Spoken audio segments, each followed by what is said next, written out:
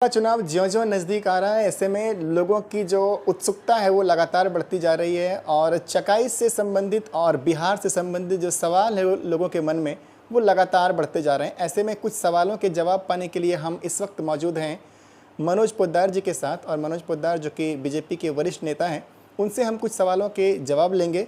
तो बहुत-बहुत स्वागत है मनोज जी आपका हमारे चैनल द जमुई एक्सप्रेस में। जी धन्यवाद। द जमुई एक्सप्रेस के जितने भी श्रोता हैं, दर्शक हैं, मैं सबको प्रणाम करता हूं और आप हमारे पास आए इसके लिए धन्यवाद। देखिए, विधानसभा चुनाव काफ़ी नज़दीक है, तो ऐसे में क्या लग रहा है इस बार बिहार में किसकी सरकार बनने वाली है?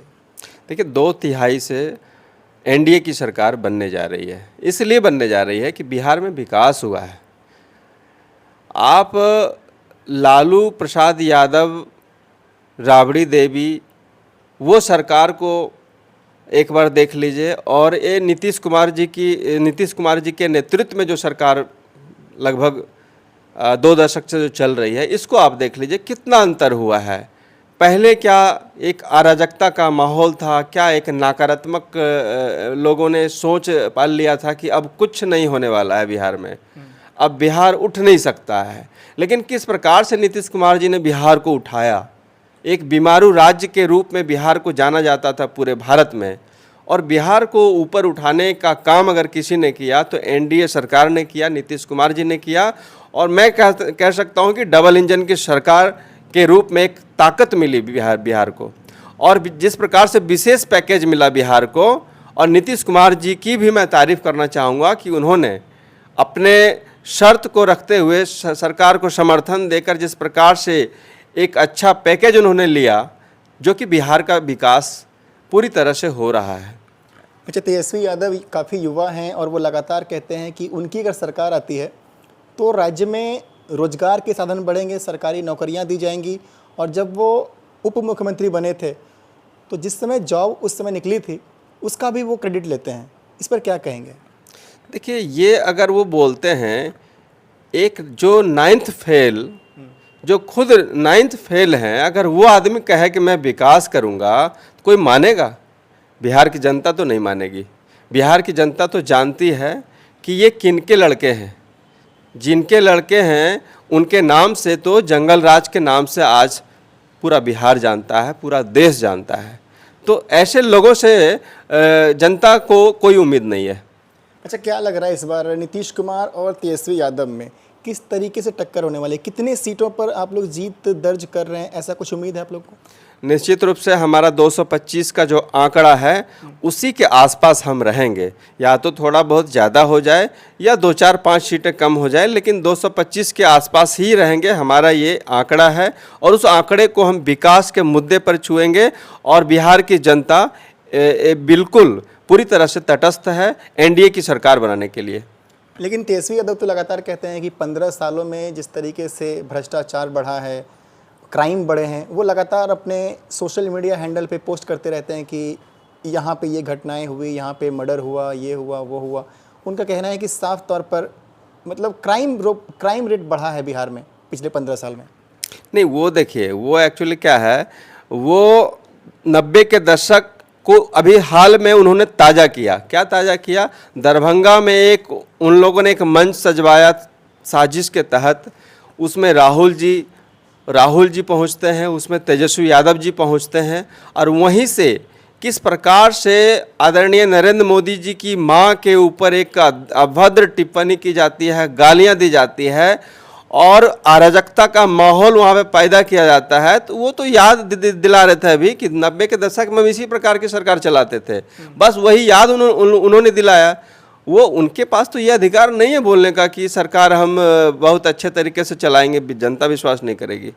अच्छा, बात करेंगे चकाई की, तो चकाई विधानसभा को कैसे देख रहे हैं आप? चकाई में क्या होने वाला है? देखिए, चकाई विधानसभा क्षेत्र में विकास की जो गति है वो ठीक है, और उसमें हम सब ने भी किया है कि कई ऐसे गांव हैं जहां पे कुछ और विकास करने की आवश्यकता है। जैसे हम अभी बर्दघट्टी सुंदरी बर्दघट्टी एक गांव है गजी पंचायत के अंदर, वहाँ पे एक नदी के ऊपर पुल बनने हैं। ऐसे 2 गांव हैं, डिघरिया है और एक सुंदरी है।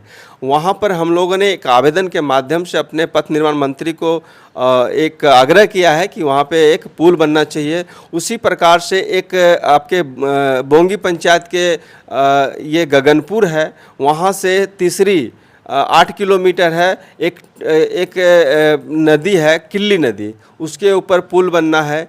एक आपका है जो है पतरो नदी, जहाँ पे वो नौवाडी पंचायत के अंतर्गत आता है। एक ठाड़ी बिशोदा है, वहाँ पे तो टेंडर हो गया है। एक महाराडी पुल है। ऐसे कई है जहाँ पे पुल बनने की आवश्यकता है। ये हम लोगों ने अपने जो नेता हैं, अपने जो माननीय मंत्री हैं, उन सब तक हमने एक मैसेज पहुंचाया है आवेदन के माध्यम से। तो निश्चित रूप से जो कमियां हैं उसको हम लोग जल्द पूरा करेंगे। अच्छा, चकाई में अभी देखा जाता है कि बेरोजगारी काफ़ी ज़्यादा बढ़ी हुई है। यहाँ के युवा जो है वो सूरत में, मुंबई में, दिल्ली में काम कर रहे हैं। तो क्या वजह है कि इतने सालों के बाद भी बेरोजगारी इतनी ज़्यादा है? नहीं, देखिए, इस पे काफ़ी सुधार हुआ है। आप बहुत पहले की अगर बात करें, उस वक्त की क्या स्थिति थी और अब की क्या स्थिति है। अब लोग जो है व्यवस्था इस प्रकार से हो गई कि लोग कुछ न कुछ व्यवसाय करके लोग कर रहे हैं। अभी 50 लाख नौकरी बिहार सरकार ने दिया है। नीतीश कुमार जी के नेतृत्व में 50 लाख सरकारी नौकरियां उन्होंने दी है। तो इस माध्यम से नौकरियां लोगों को धीरे धीरे दी जा रही है, व्यवसाय की व्यवस्था हो रही है। तो पलायन धीरे धीरे रुक रही है। अचानक से पलायन रुक जाएगा ऐसा तो हम भी नहीं कहेंगे कि अचानक से रुक नहीं सकता है, लेकिन धीरे धीरे ये रुक रहा है। चकाई की स्वास्थ्य व्यवस्था की अगर बात करें तो चकाई में अगर हॉस्पिटल में अगर देखा जाए तो वो सारी सुविधाएं नहीं हैं जो कि होनी चाहिए। तो क्या लगता है कब तक इसमें सुधार हो सकता है? और एक आप बीजेपी के वरिष्ठ नेता होने के नाते क्या मतलब अब कर सकते हैं चकाई के लिए? देखिए, चकाई हॉस्पिटल के अंदर काफ़ी सुधार हुआ है। नए भवन भी बने हैं, नए कई डॉक्टर्स भी आए हैं। और इस पर कहीं कोई दिक्कत होती है तो हम लोग एक सामाजिक तौर पर भी, एक नेता तो हम बाद में, लेकिन सामाजिक तौर पे एक सामाजिक कार्यकर्ता भी हैं। उस नाते जहाँ पे जो कमियाँ होती हैं हम लोग देखते हैं, तुरंत पहुँचते हैं हॉस्पिटल, उनके इलाज में कोई कमी नहीं हो, इस प्रकार हम लोग प्रयास भी करते हैं। दूसरी बात, चकाई को अनुमंडल के लिए हम जो लड़ाई लड़ रहे हैं, और हमारी ये एक कोशिश है कि चकाई अगर अनुमंडल जल्द बन जाए तो और सुविधा बढ़ेगी। तो मुझे विश्वास है चकाई अनुमंडल बनेगा, इसकी मांग हम लोग पुरजोर कर रहे हैं। देखिए, यही सवाल मेरा नेक्स्ट था भी कि आप लगातार अनुमंडल बनाने की कोशिश कर रहे हैं, लेकिन क्या वजह है कि अभी तक नहीं बन पाया है? अभी आप देखते हैं कि जमुई अगर लोग जाते हैं चकाई से, और चकाई से इधर 30-40 किलोमीटर दूर और भी है, तो लगभग 100 किलोमीटर भी मतलब डिस्टेंस हो जाता है। यानी कि एक दिन में कोई काम जमुई से कर पाना भी संभव नहीं हो पाता है। तो क्या वजह है कि अभी तक इतना प्रयास करने के बाद भी अनुमंडल नहीं बन पाया है चकाई? नहीं, यही तकलीफ तो मुझे भी है कि चकाई एक मुख्यालय की अगर मैं बात करूं, चकाई मुख्यालय से बोंगी बरमोरिया, बोंगी का जो अंतिम छोर है गगनपुर, चकाई से 55 किलोमीटर है। और चकाई यहाँ से, चकाई से जमुई की दूरी 75 किलोमीटर, 75 प्लस 55, ये डबल, इसको जोड़ें अगर तो आप देख सकते हैं कि 125-30 किलोमीटर की दूरी हो जाती है। वही अगर दुलमपुर और कल्याणपुर और आपके नौवाडी पंचायत, फरेताडी पंचायत, गजी पंचायत, इन सब पंचायतों से जमुई की दूरी वही लगभग 100 प्लस किलोमीटर हो जाती है। तो कठिनाई तो है, परेशानी तो है। कोई भी लोग कोर्ट कचहरी के काम से जब जाते हैं तो वो सेम डे नहीं लौट पाते हैं, उन्हें रुकना पड़ जाता है और खर्च उनके ज़्यादा हो जाते हैं, बढ़ जाते हैं खर्च।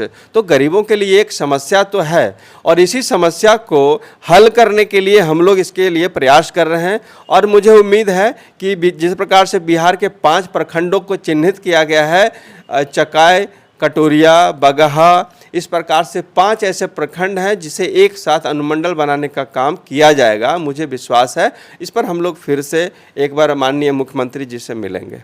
अच्छा, चकाई में अगर बात करें, एक तरफ तो एनडीए है, दूसरी तरफ क्या लगता है आपको किससे टक्कर होने वाली है? टक्कर किनसे होने वाली है आपकी? देखिए, आरजेडी एक अपना जो है MY समीकरण लेके चलती है, लेकिन उन्हें पता नहीं है कि कोई भी जात उनका खरीदा हुआ नहीं है। आज मुस्लिम समाज से भी मैं कहता हूं कि मुस्लिम समाज से भी एक बड़ी संख्या में भाजपा को वोट करती है। इसलिए वो समाज करता है कि मैं 3 तलाक की अगर बात करूं तो 3 तलाक में महिलाओं को जिस प्रकार से एक संरक्षण आदरणीय मोदी जी ने दिया है, पहले महिलाओं का क्या होता था, कम से कम 3 तलाक जो एक कुरीतियाँ उन लोगों के अंदर जो थी उसको ख़त्म किया है मोदी जी ने। तो मोदी जी के ऊपर मुस्लिम समाज के लोग भी खुश हैं। और वाई मीन्स यादव की बात अगर मैं बात करूं तो यादव में भी एक बड़ी संख्या जो है वो भाजपा के साथ है, एनडीए के साथ है। तो कोई फैक्टर नहीं है, एक तरफा एनडीए की जीत होगी, कहीं कोई टक्कर में नहीं है। यानी कि कहना है कि चकाई में एम वाई समीकरण जो है वो नहीं चलने वाले हैं। मुस्लिम समुदाय के लोग हों चाहे यादव समाज के लोग हों, वो भी एनडीए के साथ हैं। बिल्कुल, ये एम वाई समीकरण बिल्कुल फेल है चकाई में। आप देखिए ना, कल ही जो एनडीए का जो कार्यक्रम था, सम्मेलन था, एक बड़ी संख्या में मुस्लिम महिलाएं भी वहाँ हमने देखा, और एक पुरुष जो है मुस्लिम वो लोग, उन लोगों को भी हमने देखा। चलिए, ये थे हमारे साथ बीजेपी के वरिष्ठ नेता मनोज पोद्दार जी, जिनसे हमने काफ़ी सारे सवाल किए, और उम्मीद है कि ये वीडियो आपको अच्छा लगा होगा। तो फिलहाल के लिए बस इतना ही, बाकी और भी खबरों के लिए आप देखते रहिए द जमुई एक्सप्रेस।